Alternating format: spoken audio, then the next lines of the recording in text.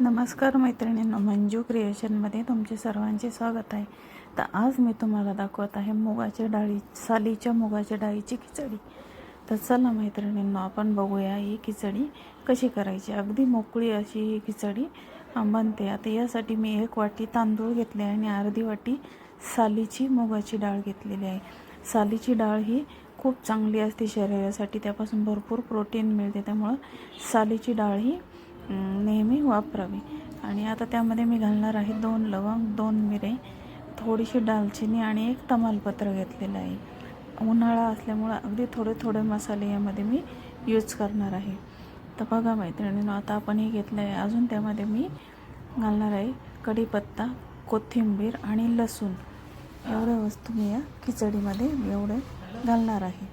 तर चला मैत्रिणींनो, आता आपण बघूया ही खिचडी मी कशा पद्धतीने बनवते ती. अगदी साधी आणि सोपी आणि चवीला एकदम हॉटेलसारखी टेस्ट या खिचडीला येते. तर बघा मैत्रिणींनो, आता आपण ही खिचडी बनवूया. आता यामध्ये मी कोणत्याही प्रकारचा मसाल्याचा जास्त वापर केलेला नाही.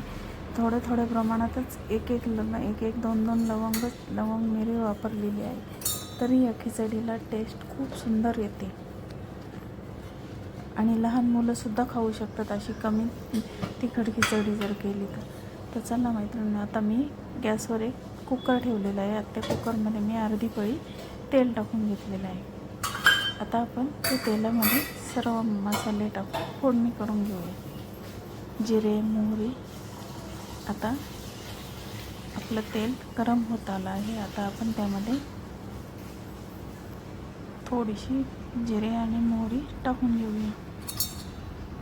बघा मैत्रिणींनो, आता आपलं तेल गरम झालं आहे. त्यामध्ये थोडीशी मोहरी टाकून पाहिली तेल गरम झालं की नाही. आता त्यामध्ये मोहरी टाकून घेतली आहे आपण.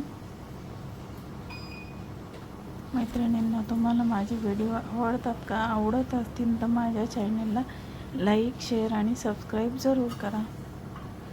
आता बघा मैत्रिणींनो, आता आपलं तेल तापलं आहे. त्यामध्ये आपण आता लसूण टाकून घेतलं आहे. थोडीशी मोहरी आणि लसूण आणि तमालपत्र टाकून घेतलं आहे मी. आता आपण थोडीशी लालसर होऊ द्यायची लसणाच्या पाकळ्या आता. आणि मग त्यामध्ये आपण कढीपत्ता टाकून घेतलेला आहे. आता त्यामध्ये मी कढीपत्ता टाकून घेतला आहे. आता आपण त्यामध्ये कांदा, लसूण मसाला, थोडंसं लाल मिरची पावडर, हळद आणि हिंग टाकलेला आहे. कांदा, लसूण मसाला, हळद आणि हिंग. आणि आता यामध्ये तांदूळ टाकून घ्यायचे आणि नंतर ते परतून घ्यायचे आहेत आपल्याला. आता हे तांदूळ आपण व्यवस्थित असे परतून घ्यायचे आहेत. 2-3 मिनटं हे तांदूळ परतून घेतले की खिचडी पण मऊ होते. खिचडी उकळून अशी मोकळी होते. आता आपले तांदूळ परतून होत आले आहे. आपण आता त्यामध्ये आणि लवंग, मिरे हे फोडणीमध्ये न टाकता मी नंतर वरून टाकते, कारण फोडणीत टाकलं तर ते उडण्याची शक्यता असते. ते जिरे, लवंग आणि मिरी हे फोडणीत टाकल्यावर उडतात, त्यामुळे मी नंतर टाकत असते. आता आपले तांदूळ परतून झाले आहे. आता त्यामध्ये मी पाणी टाकून घेतलं आहे. आता 1 वाटीला मी 2 वाट्या पाणी असं प्रमाणे टाकून घेतलेलं आहे. आता ह्या पाण्याला उकळी येऊ द्यायची थोडीशी.